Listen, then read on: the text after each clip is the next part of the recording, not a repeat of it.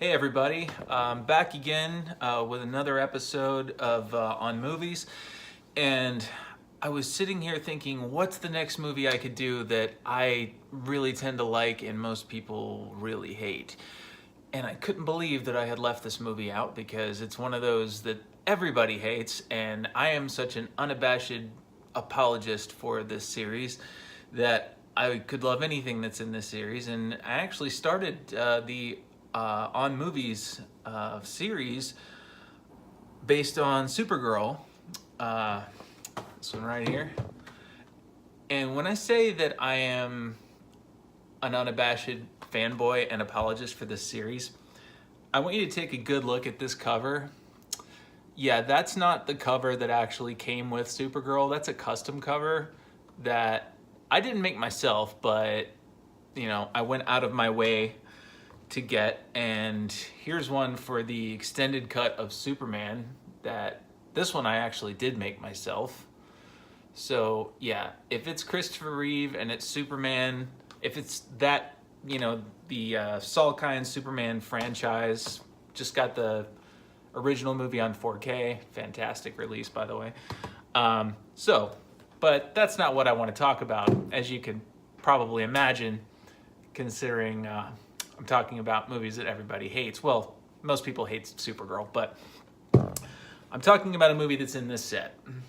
And I'm actually going to touch on two movies in the set. I'm not going to defend Superman 4. I am crazy, but I'm not stupid. Or maybe I'm stupid, but not crazy. I don't know. What I want to talk about is Superman 3. Most people really hate this film, and I just don't understand it. I can understand it from the perspective of having gone from Superman and Superman 2 and going into Superman 3. I could see how it would be a letdown because the tone is very different. It's definitely more jokey. Just from the opening sequence, you can tell it's definitely going to be a less serious movie than the first two were.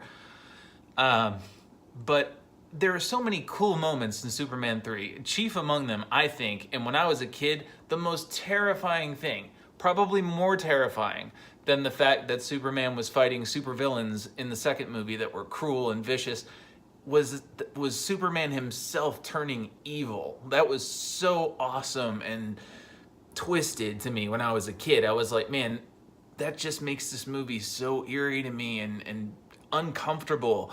Even to this day, like Christopher Reeve in that dual role is so fantastic. He just knocks it out of the park as, good Superman and evil Superman. And just, there's this whole scene in, if you haven't seen the movie, just stop the video and go see the movie.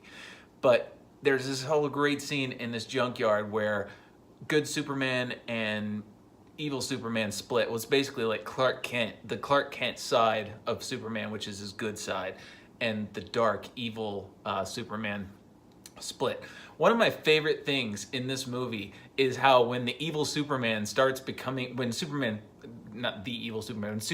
starts becoming evil, his suit starts getting darker, like the colors on the suit, which I don't know why that would happen, but it's a fantastic visual device to use. It's hilarious. Like when he becomes full-on evil, like the suit is like, okay, I'm gonna point something out, and this is probably gonna piss a lot of other fanboys off, but this is what really irks me about the new, Man of Steel. Man of Steel, the suit in that movie is basically the color of the evil Superman suit in Superman 3. That's the color that the suit becomes when he's no longer vibrant and colorful and good and everything that's awesome with the world is this guy, Superman. When he's dour and brooding and just, I don't know why filmmakers always have to go dark now. That's not Superman. That's not his character. Anyway, I'm gonna get on a whole tangent about that. But back to the junkyard. There's this great scene where there's the good side and Clark Kent and the evil side with evil Superman. They're fighting, and the fight itself is actually pretty ridiculous and not really that tense. But the fact that Christopher Reeve, man, he turns in such a magnificent performance as both of these characters. Like, you really feel like he's vulnerable and sweet and, like, he's really going to get his butt kicked as Clark Kent. And you really feel his viciousness when he is playing the Superman character. There's this whole fight at the end with a supercomputer, which, of course, by today's standards is laughably hilarious. But I really, really enjoy the whole climax of the film. Even though it's stupid, it's entertainingly stupid. It's not one of these movies that's just so bad where you're just, there's no redeeming value. Why would I ever watch that again? Every time I watch Superman 3, it's fun. Definitely a fun movie. Really good. I really, really like the Clark and Lana relationship in Superman 3. Lana, of course, played by Annette O'Toole, who went on to play Martha Kent in Smallville. By the way, any of you guys don't know, massive Smallville fanboy here, okay? And in addition to the Christopher Reeve Superman movies, I mean, Christopher Reeve made a couple cameos in Smallville. I did this whole website where I collected all the music from Smallville and cataloged it while the show was still on the air. It's called The Definitive Smallville Soundtrack, smallvillesoundtrack.com. Still up on the internet, completely fan-funded. I don't contribute a cent to keep the site alive anymore. I mean, there's fans that... It was a masterstroke for Warner Brothers to put this line in that John Schneider, as Jonathan Kent says in the last episode of Smallville, he hands Clark the Superman suit, and as he's handing it to him, says, "Always hold on to Smallville." That was really, really, that was genius, because there are fans that have taken that literally. They won't let my site die. I mean, I'm not complaining, but it's like $25 every year, and all I got to do is send a tweet out and be like, "Hey guys, site's gonna go down. Need another $25 if you guys want it up for another year." And they just keep doing it. It's been since like 2011, since the show's been on the air, and I haven't contributed a cent. So anyway, I really, really love Superman 3, and I know it's not as good as the first two. I mean, empirically, it's just not. Superman 4 is an absolute train wreck. And Superman 4, I think I'm probably one of like 10 people on the planet that gets some kind of perverse enjoyment out of watching Superman 4. It's not good, and it's really not that entertaining. In fact, I look at Superman 4 more as like, I will watch it more than most people will, but I'll watch it from the perspective of, I remember liking this when I was a kid. It's pretty daggum awful now, but yeah. But Superman 3, the special effects were still good in Superman 3. The effects are horrible in Superman 4, by the way. Superman 3, the effects were still really good.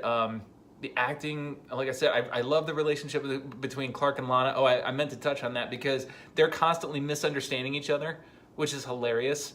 Like, she'll say something, and he thinks she's talking about something else, and then she's like, "Oh no, I meant this." And he's like, "Oh, okay, that. No, I meant this." Like, it's just, I'm not doing it justice, but their relationship is actually written very cleverly, and I really like it. They, of course, famously had to kind of write Margot Kidder out of Superman 3 because there was some dispute because she had like kind of badmouthed the producers after they ditched Richard Donner, and I don't know. But I really think Superman 3 is a really, really entertaining movie. Now, you might have noticed I've gone this entire time and I haven't mentioned Richard Pryor. That's because everybody that hates on Superman 3 is always like, well, it's Richard Pryor's movie and it's not really a Superman movie. I don't really see that. The movie does start with Richard Pryor, which maybe, I don't know, that is kind of a filmic device where the first person you see is the person that you're going to follow for the rest of the movie. So maybe the fact that he was introduced first kind of made everybody feel like this is his story. I don't know. I mean, I will admit that in the first, I'd say third, maybe quarter of the movie, it is more Gus-centric, the Richard Pryor character. It is more Gus-centric than Superman-centric, but I think that's just because you have to establish who he is, and later in the movie that becomes very important. So I'm not trying to say that this movie is some kind of undiscovered masterpiece or lost gem. It's really not. But it's also the kind of movie that's like this batshit fever dream that they would never ever make today. It's just so out of control.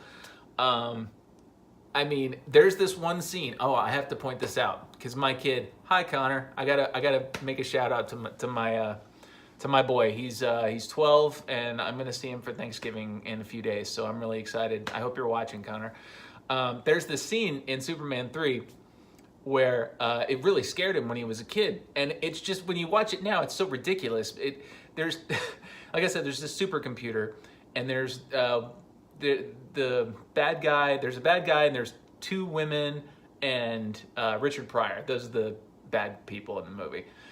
Well, one of these female henchwomen or whatever that he has with him, they're running away from this computer, which is going berserk, and it like sucks her back in, and basically, like, I don't even know how to describe this. It creates in about 20 seconds, it makes her into a cyborg. It puts all of these metallic things on her face, and then she opens her eyes, and her eyes are like metallic, and then she can shoot beams out of her, like, what is this? Like, you know, like, you're watching this and you can forget for 5-minute stretches that you're watching a Superman movie because it is so nuts. You're just like, who made this and who got paid to do this? It's a lot of fun though. It is so much fun. It's one of those movies you watch and you're just like, how did this ever get made? How did this go from the point of like, they wrote scripts and this is the final product. This is after all the revisions got made and everybody signed off on it. This is what everybody said, yes, that's what we should put in the theater. I don't know. I really have a load of fun with Superman 3, and I think it gets a bad rap because it doesn't have the, as Richard Donner said, it doesn't have the verisimilitude of Superman 1 and Superman 2. I mean, the reality. Like, it doesn't take the character nearly as seriously as it probably should. But, anyway, you know what? I'm going to dedicate an entire other video because I'm already at 12 minutes, so I'm going to wrap this one up. I need to also talk about Superman Returns because I had always disliked Superman Returns a lot. And, like, really, I mean, I felt like its heart was in the right place, but really missed the mark for me. I just watched it a few nights ago for the first time in at least 5 or 6 years, probably longer.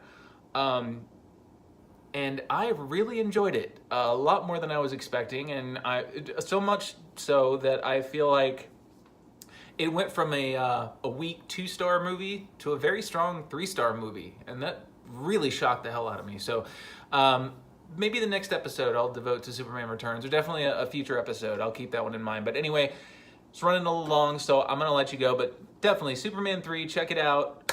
It's a goofy, like I said, batshit movie. It's absolutely crazy, but it is a lot of fun. I mean, I'm just leave you with one more thought, okay? There's a scene where there's an Olympic runner, and they have this great voiceover narration. The guy's like, here's the pinnacle moment, is this athlete has, run thousands of miles or whatever, passing this torch, and just as he goes down on the torch to light it, the like evil Superman's off the side and just goes, and just blows it out, and everybody's just like, it's such a funny movie. It's so great. Anyway, Superman 3, check it out. Good, underrated. All right, I gotta go. I'm running long. Bye.